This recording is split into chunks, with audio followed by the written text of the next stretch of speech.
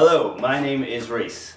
And what's your name? My name is Lexi. And today is Star Wars Day. It's May the 4th. So we're going to make some Star Wars sounds. But we've got a slinky. Now, does this slinky make Star Wars sounds, Lexi?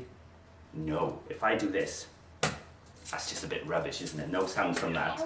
What can we do to make it louder, Lexi? What are we going to do with that? Put in the top. And then what do we do? Do you want to hold on to that? And shall we let it go? Ready?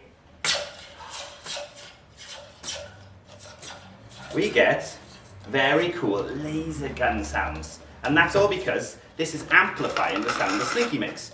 Without the cup, we can't hear that sound. But the cup makes it much, much, much louder. And then we get the laser gun sounds. We've got another one which is even bigger. Do you want to show them, Lexi? Ready? Whoa.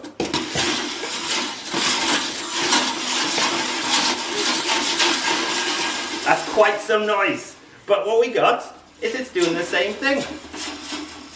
Just by hitting a little bit. We can't hear anymore because you've stopped the slinky. It's not making any noise. But by the slinky vibrating, the sound is echoing through the tube.